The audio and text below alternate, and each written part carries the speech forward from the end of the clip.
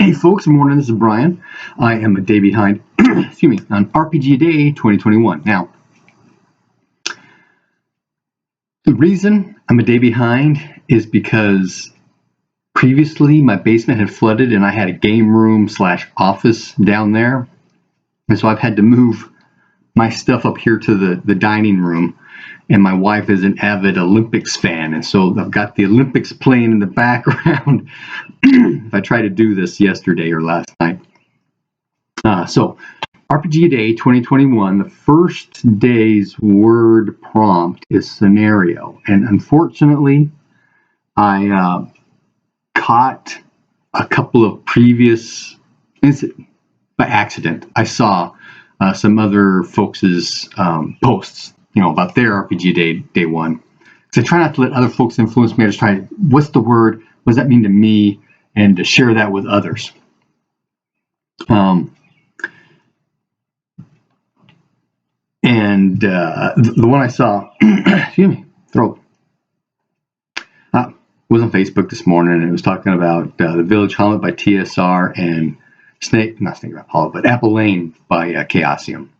But what I want to talk about is on scenario being a small package as part of a larger campaign. And when I first started running RuneQuest role-playing in Glorantha, I took a scenario development mechanic from a blog I heard on DM's blog. And the way they explain a way to develop a scenario is using Magic the Gathering cards. And you pull, I don't know if they specifically mentioned 3, but you pull, a card for who, a card for what, and a card for where. Look at the verbiage and the picture on it, and use that for inspiration of those 3 things. Now, what I did is, I don't know if I pulled out all the duplicate cards or not, but I went and I bought a Magic card deck, first time ever, and shuffled it all up right, and I laid out sort of a tarot kind of thing, 3x3, and I rolled a d6 for row and column, and I pulled 3 cards in that way, and that was my first scenario. And then 3 more cards for the second scenario, and the last 3 were for the third scenario. So those 3 scenarios made up a campaign.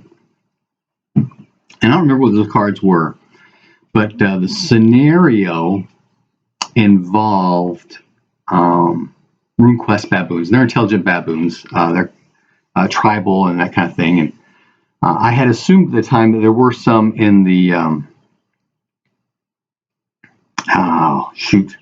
I forgot what it's called, but there's a land in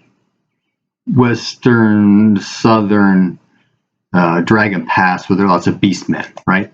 So I assumed a baboon would be a beastman, kind of like centaurs and satyrs and that kind of thing, right? I'm not exactly sure if that's in fact the truth. So I had to invent some hills. The scenario was that the party, which are all members of the Collingmar clan, have gone to the trade time festival at the Sundome Temple. And while they're there, one of the players has a cousin who's subservient to the Light Captain, and there's a murder that happens. And the player stumble upon the investigation, and this cousin asks the player, hey, can you help your buddies and find out what's going on? Somebody said they saw a baboon run along the outside wall of the temple compound. He may have seen something. We're trying to investigate that. My boss has me investigating this. Can you check that out? And so what the party does, they do some investigation, trying to chase baboon, doing magic to follow stuff, and actual investigation, looking at grounds and. But somewhere along the lines, they decide to actually investigate the the actual murder itself, and they are able to find the murderer at the same time that the temple investigators find the murderer, right? All using magic kind of stuff. But so they go back to after that's done, and they get kind of wound up into that whole thing.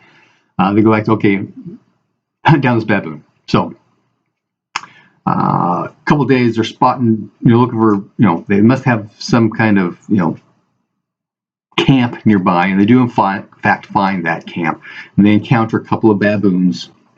And while they're interrogating these baboons, the older one says something to the younger one. The younger one casts a mobility, and takes off. So some of the party starts chasing after them.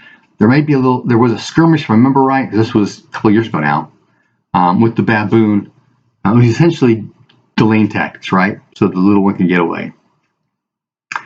Little one does eventually get away, if I remember right, but the party kind of finds out where there's these caves in these hills, and they go to investigate these caves. There's some rock lizards and a secret door. Behind the secret door is actually just reed mass had been plastered up with mud, levied up against a tunnel facing, right? So they find this, and when they break through the secret door, there's in fact a couple of baboons there. It's actually almost like a vent. It goes up a ways into the top. There's these 2 or 3 baboons who are slinging down sling stones and almost take out one of the party members. So they pull, the party members pull back. They do healing and stuff. And when they come back, the cave entrance is clear. They go inside, nothing there. The baboons have evacuated. And so they're investigating around. They find a few things, clues and that kind of stuff. And then they found the way that the baboons took off out through a vent in the back further in the hills. And so at that point, they kind of lost things. No, they end up capturing a baboon because they find out about the stone. Because the stone, that's a third part of the scenario. No, that's not where I found out. They went back to the temple, and part of the festival are these games. And one of the members of the party has a connection with one of the unicorn riding sister associates to the Light Temple. I forgot what. They actually worship the star, which is the sister of Yamalayo, the god of the temple. Because she was involved with something else. But during the race, she's not in the race where she should have been. They go and investigate, and she's been kidnapped. So they start tracking this down, and they end up finding a note. And they want to exchange her for the guy who was captured for the murder.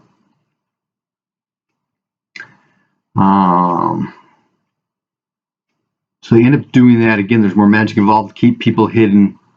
And they eventually get the girl back, and that's what they find out about the stone. They had found a stone on an investigation they were dealing with, and there was a priest in the temple who was had come across them finding the stone, right? So they reported to him, kind of thing. He took the stone, and it's a magic stone, and there's some chaos taint to it, and he's trying to figure out how to get around the chaos taint.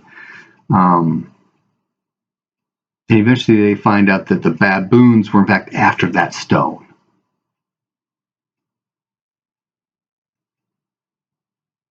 And it's at that point, end of the festival, they don't really have anywhere to go, and one of the other players has a sister who is a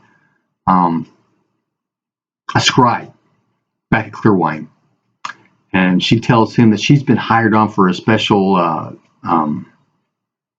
research project. And so she is going to Johnstown, to the temple there. The temple is, in fact, a library. And so let him know she's going to be gone for a while. And that tied into scenario 2, which had to do with dark trolls. They kidnapped her and that kind of thing.